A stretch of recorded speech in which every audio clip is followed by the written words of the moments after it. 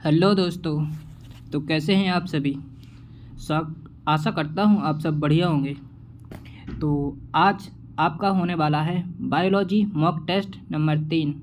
अगर आपने अभी तक पिछले 2 मॉक टेस्टों को नहीं दिया है तो आप मेरे चैनल पे जाके वहाँ से 2 पिछले मॉक टेस्ट दे सकते हैं तथा अपना स्कोर हमें कमेंट करके ज़रूर बताना। तो आइए बिना समय गवाए आइए शुरू करते हैं आज का हमारा यह मॉक टेस्ट। हमारा इस पहला क्वेश्चन होने वाला है। क्या है पहला क्वेश्चन? इसमें पूछा गया है हमसे, मानव शरीर में रक्त का शुद्धिकरण मुख्यतः किस अंग में होता है। तो किस अंग में होता है दोस्तों?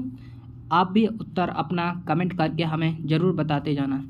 तो हमारा आंसर होने वाला है इसका ऑप्शन नंबर बी, यानी ब्रेक। जो हमारे गुर्दे होते हैं उसमें रक्त का शुद्धिकरण होता है। ठीक है। अब हमारा अगला क्वेश्चन होने वाला है क्वेश्चन नंबर दूसरा, मानव शरीर की सबसे बड़ी ग्रंथि कौन सी है। तो कौन सी है सबसे बड़ी ग्रंथि? ऑप्शन है हमारे पास थायराइड, या फिर अग्नाशय, या फिर यकृत, ऑप्शन डी पिट्यूटरी। तो कौन सी है सबसे बड़ी ग्रंथि? इसका आंसर है हमारा ऑप्शन नंबर बी, यानी यकृत। यकृत सबसे बड़ी ग्रंथि है। हमारा अगला क्वेश्चन है, हृदय में कुल कितने कक्ष होते हैं। तो कितने कक्ष होते हैं दोस्तों? इसका आंसर है हमारा ऑप्शन नंबर सी, यानी 4 कक्ष होते हैं। अब हमारा अगला क्वेश्चन होने वाला है। अगला क्वेश्चन क्या है? अगला क्वेश्चन में पूछा गया है, रक्त में ऑक्सीजन का परिवहन मुख्यतः किसके द्वारा होता है। तो किसके द्वारा होता है दोस्तों? ये होता है हमारा हीमोग्लोबिन के द्वारा, यानी ऑप्शन नंबर हमारा बी सही हो जाएगा। अब हमारा अगला क्वेश्चन है, अगला क्वेश्चन 5वां है। इसमें पूछा गया है, विटामिन सी की कमी से कौन सा रोग होता है। तो कौन सा रोग होता है विटामिन सी की कमी से? ये होता है विटामिन सी की स्कर्वी रोग होता है। और विटामिन ए की कमी से कौन होता है? ये होता है हमारा रतौंधी।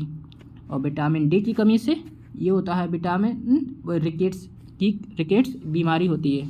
और विटामिन बी की कमी से होता है बेरी रोग होता है। ठीक है। अब हमारा अगला क्वेश्चन होने वाला है, विटामिन B1 की कमी से कौन सा रोग होता है। तो कौन सा रोग होता है विटामिन B1 की कमी से? अभी मैंने इसको बताया है, बेरी रोग होता है। ठीक है। अब हमारा अगला क्वेश्चन होने वाला है, इंसुलिन का स्राव किस अंग से होता है।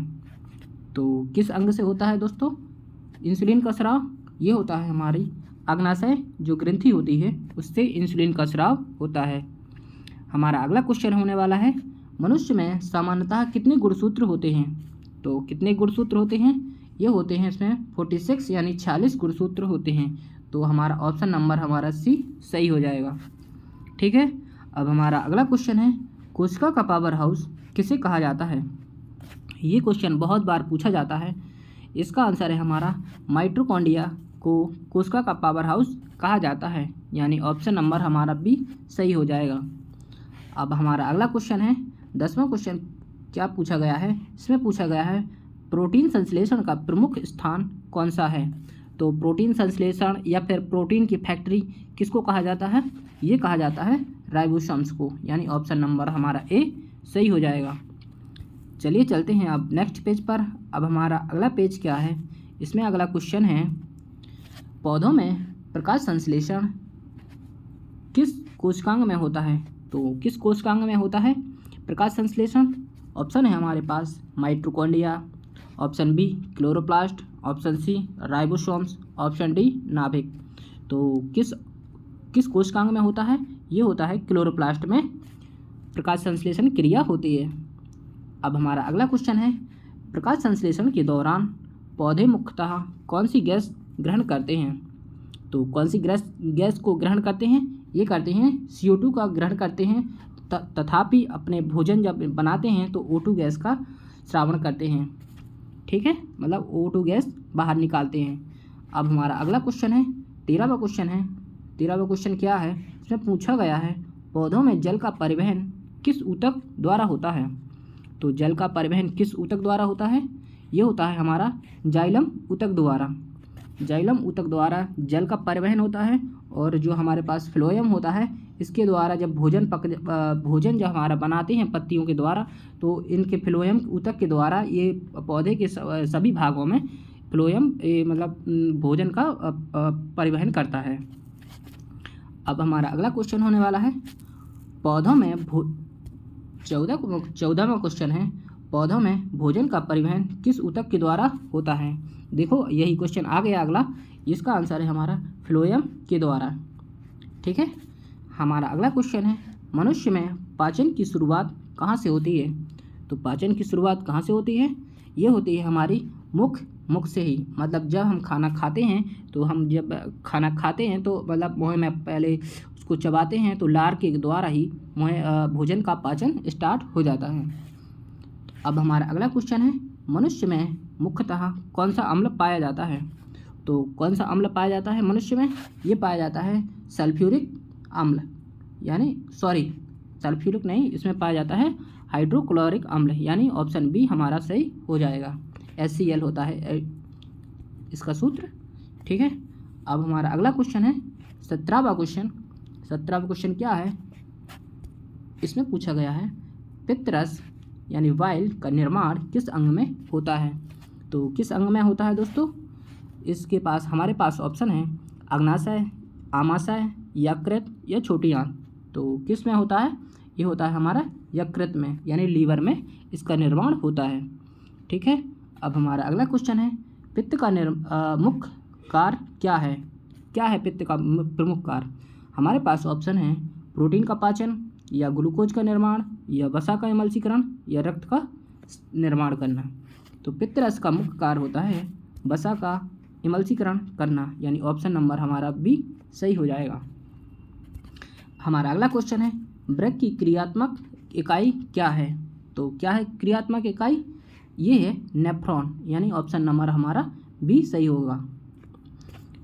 अब हमारा अगला क्वेश्चन पूछा गया है फेफड़ों में गैसों का आदान प्रदान किस संरचना में होता है।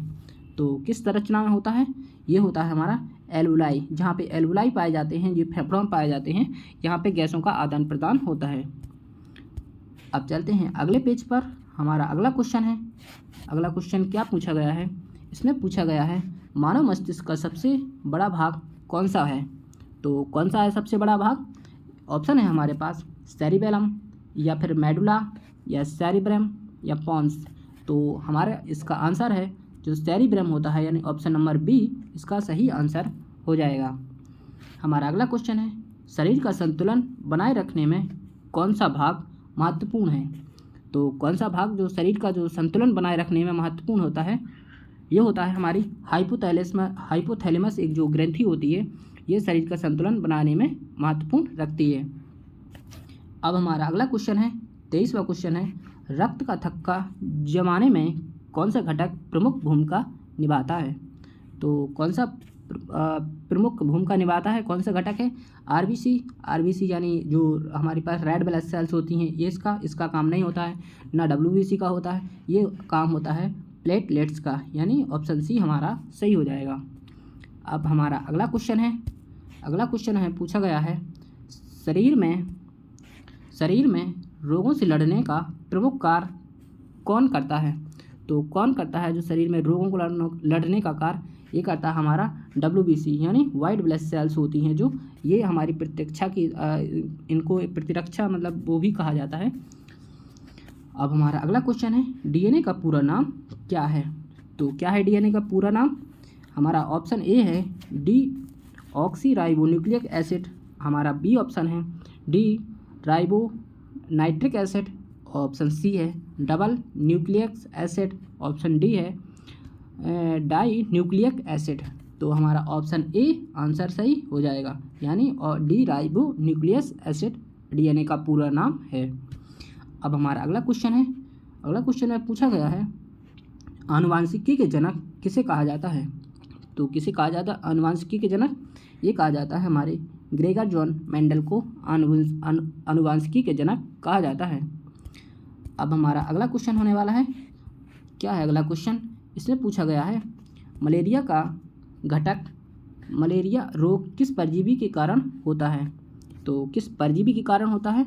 ये होता है हमारा प्लाज्मोडियम के कारण। प्लाज्मोडियम एक परजीवी है, ये इसके कारण होता है। ठीक है, अब हमारा अगला क्वेश्चन है, मलेरिया का प्रमुख वाहक कौन होता है? मतलब ये पूछा गया है कि मलेरिया किसके कारण काटने से होता है। नर एनाफ्लीज हमारे पास ऑप्शन है, नर एनाफ्लीज ए, और ऑप्शन बी है मादा एनाफ्लीज, ऑप्शन सी है क्यूलेक्स, ऑप्शन डी है घरेलू मक्खी। तो किसके कारण होता है दोस्तों? इसका आंसर भी आप कमेंट करके हमें ज़रूर बताना। वैसे इसका आंसर है मादा एनाफ्लीज, यानी ऑप्शन बी हमारा इसका आंसर सही होगा। अब हमारा अगला क्वेश्चन है, एड्स किस वायरस के कारण होता है? तो किस वायरस के कारण होता है? ये होता है हमारा HIV एक वायरस होता है, यानी ऑप्शन बी हमारा आंसर सही हो जाएगा। हमारा अगला क्वेश्चन है, मानव शरीर का तापमान सामान्य तापमान लगभग कितना होता है? तो सामान्य तापमान लगभग कितना होता है? ये होता है हमारा 37 डिग्री सेंटीग्रेड, यानी ऑप्शन बी हमारा सही आंसर हो जाएगा। तो कैसा लगा दोस्तों आज का हमारा यह मॉक टेस्ट? तो अपना स्कोर हमें कमेंट करके ज़रूर बताना। ओके।